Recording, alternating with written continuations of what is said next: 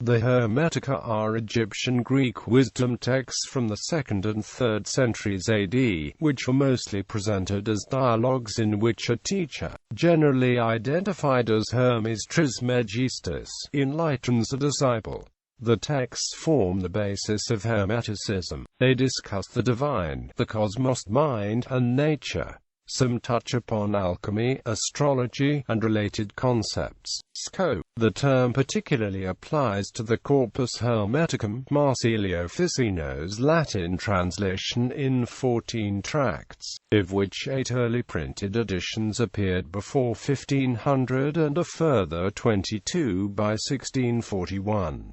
This collection, which includes the poemanders and some addresses of Hermes to disciples Tat, Amin and Asclepius, was said to have originated in the school of Ammonius Saccas and to have passed through the keeping of Michael Psellus. It is preserved in 14th-century manuscripts.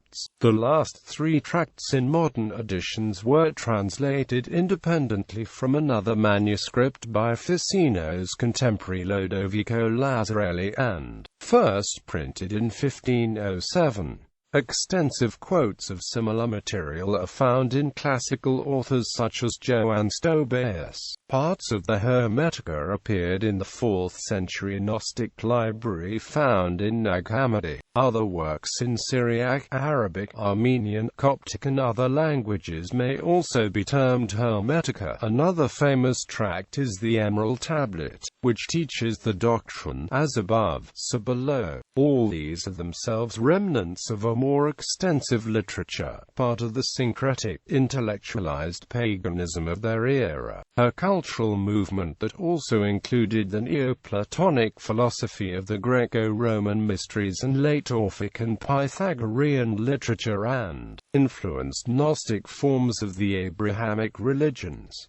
There are significant differences. The Hermetica contain no explicit allusions to biblical texts and are little concerned with Greek mythology or the technical minutiae of metaphysical Neoplatonism. However, most of these schools do agree in attributing the creation of the world to a demiurge rather than the supreme being and in accepting reincarnation, although Neoplatonic philosophers, who quote apocryphal works of Orpheus, Zoroaster, Pythagoras and other figures, almost never cite Hermes Trismegistus. The tracts were still popular enough in the 5th century to be argued against by Augustine of Hippo in the City of God.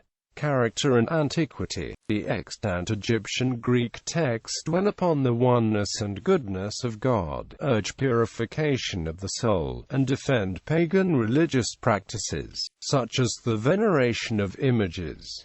The concerns are practical in nature. Their end is a spiritual rebirth through the enlightenment of the mind. Seen within myself an immaterial vision that came from the mercy of God. I went out of myself into an immortal body, and now I am not what I was before. I have been born in mind. While they are difficult to date with precision, the texts of the corpus were likely redacted between the 1st and 3rd centuries AD. During the Renaissance, these texts were believed to be of ancient Egyptian origin, and even today some readers believe them to date from Pharaonic Egypt. Since Plato's Timaeus dwelt upon the great antiquity of the Egyptian teachings upon which the philosopher purported to draw, scholars were willing to accept that these texts were the sources of Greek ideas. However, the classical scholar Isaac Casaubon successfully argued that some, mainly those dealing with philosophy, betrayed too recent a vocabulary. Hellenisms in the language itself point to a Greek-era origin. However, flaws in this dating were discerned by the 17th-century scholar Ralph Cudworth, who argued that Casaubon's allegation of forgery could only be applied to 3 of the 17 treatises contained within the Corpus Hermeticum. Moreover, Cudworth noted Casaubon's failure to acknowledge the codification of these treatises as a late formulation of a pre-existing oral tradition. According to Cudworth, the texts must be viewed as a terminus ad quem and not a quo. Lost Greek texts, and many of the surviving Vulgate books,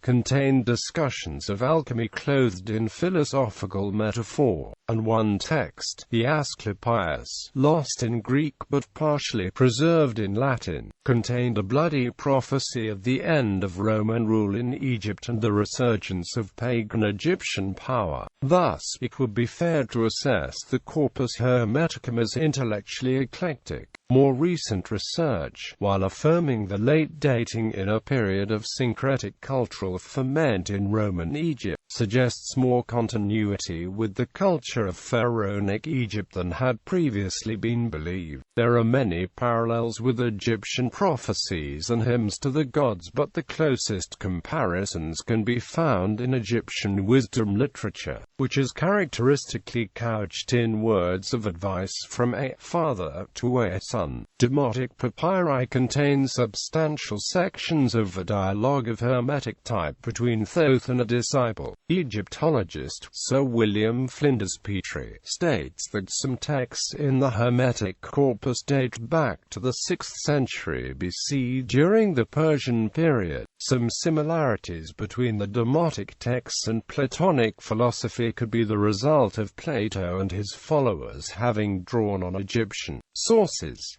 Later history. Many Hermetic texts were lost to Western culture during the Middle Ages but rediscovered in Byzantine copies and popularized in Italy during the Renaissance. The impetus for this revival came from the Latin translation by Marsilio Ficino, a member of the de' Medici court, who published a collection of 13 tractates in 1471 as De Potestate Sapientia Dei. The Hermetica provided a seminal impetus in the development of Renaissance thought and culture, having a profound impact on alchemy and modern magic as well as influencing philosophers such as Giordano Bruno and Pico della Mirandola, Ficino's student. This influence continued as late as the 17th century with authors such as Sir Thomas Browne. Although the most famous examples of Hermetic literature were products of Greek speakers under Roman rule, the genre did not suddenly stop with the fall of the empire but continued to be produced in Coptic, Syriac, Arabic, Armenian and Byzantine Greek.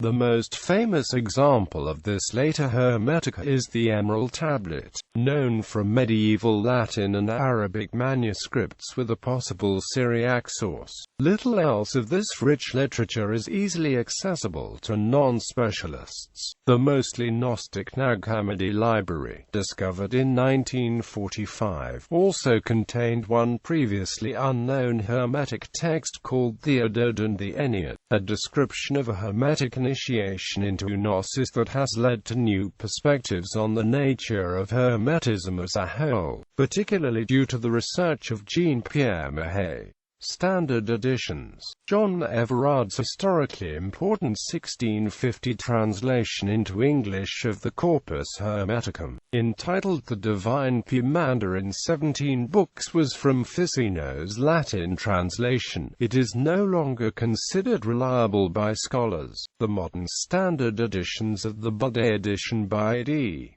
Nocken A. J. Festugier and Brian P. Copenhaver.